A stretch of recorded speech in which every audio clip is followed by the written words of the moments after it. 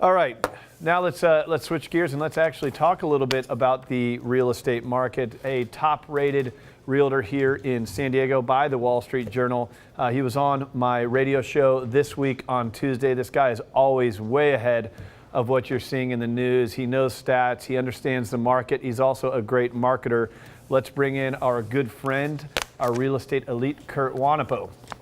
So, Kurt, good to have you in here. I know that on the radio show we talked a lot about the macro market, San Diego, a lot of the stats, things are happening, but we're going to drill down today on some things happening at 92130, which is Carmel Valley, where your niche, you can cover all of San Diego, but a main niche of yours, and we're going to talk about One Paseo. So let loose. What do we got?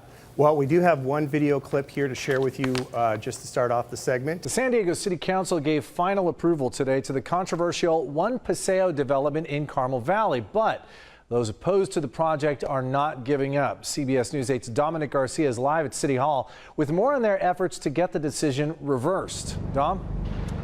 Carmel, even though this passed with overwhelming support, as you mentioned, opponents are refusing to give up. So what they've done is launch a referendum to try and get this overturned, and now the race is on to get signatures.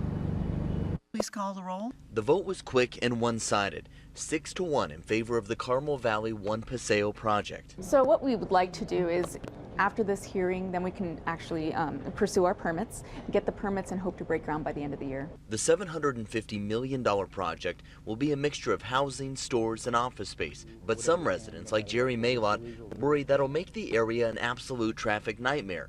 He's helping launch a referendum campaign to overturn today's decision. And to do that, they'll need around 34,000 signatures. Mixed-use office space, high-rise condos up to 9 stories, and retail. It's going to create about 3 or 4 times more congestion. The only one in opposition today was Council President Sherry Leitner. So I did bring in my guest, Rachel Laing, who is with One Paseo, to talk a little bit about the project and what's going on with it. Now, this is a hot topic, and it's been in the news recently, and you've been one of my guests before. Right. So let's recap a little bit, just to talk a little bit about what is One Paseo specifically. Okay, so it's a mixed-use project in Carmel Valley.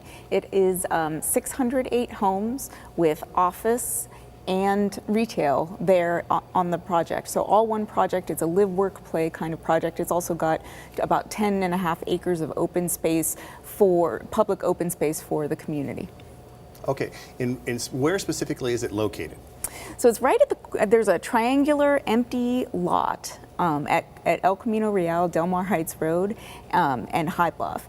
And it's this lot that's always been empty. Everyone's always wondered what's going to happen with this lot. It's an empty graded lot, and we're finally ready to build on it. Kilroy Realty bought the property in 2007, and was just going to build office buildings on it, as they're entitled to do, and that's what they bought it for, to build office buildings. The community said, office buildings with surface parking, we've got plenty of this. What we could use is really more retail and more places for people to be, and we could also use some more housing. So that's exactly what Kilroy decided to do. They worked with the community over 6 years to get the project the right size, the right configuration, the right look, and now it's going to be a beautiful main street for Carmel Valley. So it's going to be houses, it's going to be office space and retail. Right. Are you able to talk about any of the retail stores that might be coming into there? Sure, they're going to have a number of really wonderful restaurants. It's going to be very farm-to-table focused. Puesto is one of the people who've already signed on. It's a wonderful taco and Mexican street food, but it's really phenomenal. True Foods Kitchen, which they have a location at Fashion Valley, very popular. A few of the local restaurateurs that everybody loves want to open second locations. I can't name any names, but really wonderful ones. And some high-end retail, some folks the kind of places you'd see on the shopping streets of La Jolla. Okay, so what are some of the benefits that this is going to offer to the community? Well, first of all, Carmel Valley has no real town center, right? And it was built in a time, and the community plan was done in a time in the 1970s when all your uses were separated. Right. So you had your houses over here, and you had offices or commercial over here, and you had your retail over here.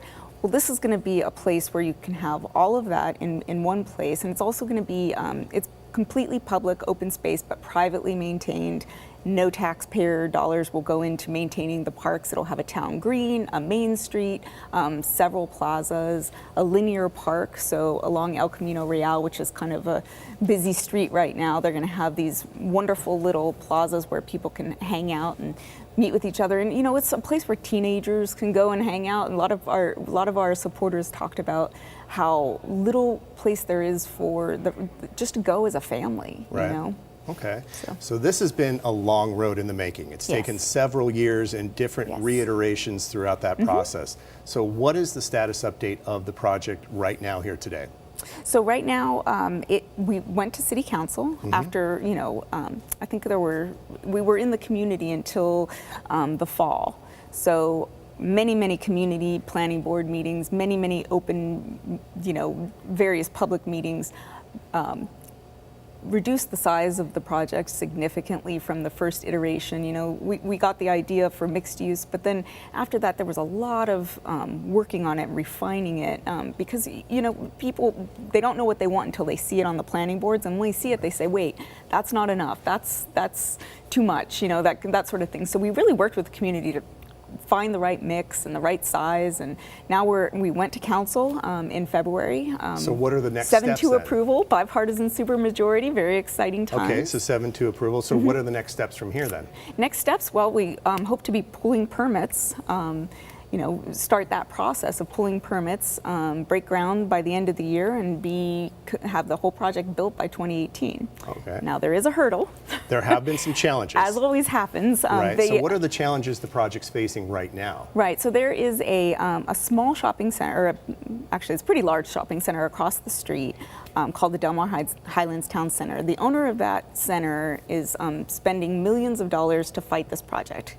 He wants there to be the office buildings and no retail, and that's understandable. Those are his narrow interests, but the community obviously wants a little bit more.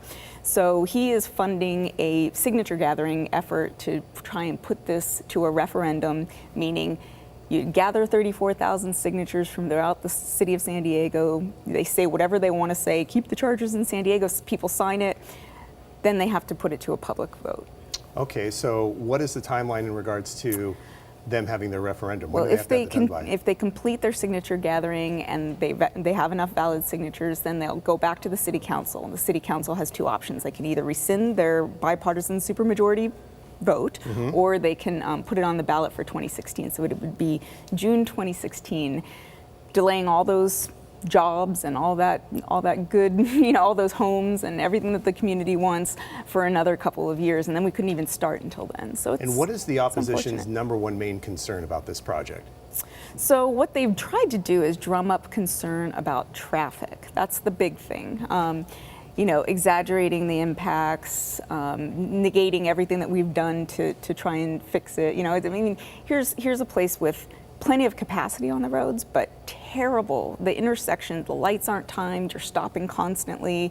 So what we've done is said, okay, we'll put $6 million into a new state-of-the-art system that will actually keep the traffic flowing smoothly, be responsive to if there are the races, when the school's let out, you know, end of the day, so that where the traffic is, the lights are green for you. And it's actually going to improve travel times, even though you're going to be putting probably a little bit more traffic on the roads. It's actually going to improve the travel times, and we have studies upon studies. This is a working system in Carlsbad. It works. We've tested it in the city of San Diego. City traffic engineers have signed off on it as good. So it is legitimate. It is verified. It's validated, and it's going to make things better. I know that there's been a lot of different issues as well with the opposition, but you guys have been listening constantly in regards to what their concerns were, and you've made a lot of modifications to the project to alleviate those concerns. So where is it that consumers can go today if they want to learn more about the project and its current reiteration? Right. OnePaseo.com. Okay.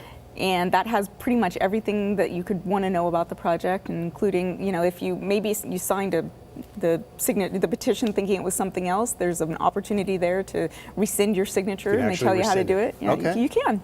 All right, well, excellent. Well, Rachel, I want to thank you once again for coming in and sharing some of the updated status and some of the information about the project. Again, you can go to onepaseo.com if you want to learn more about the project and what it has to offer. And Craig, I wanted to thank you for having me come in again. Yeah, Kurt, I got a quick question for you. Sure. You're doing more business in Carmel Valley than any other realtor, pretty much all of them combined. So you have a real pulse of what these types of things actually do to the real estate market. Would something like this, you think, positively affect it? I would have to think with jobs and recreation, all that would actually be good for the housing market and the people there that are in the properties that are residing around One Paseo. I think it's good from three respects. One, in the sense that it's going to be bringing in more housing and affordable housing in the project.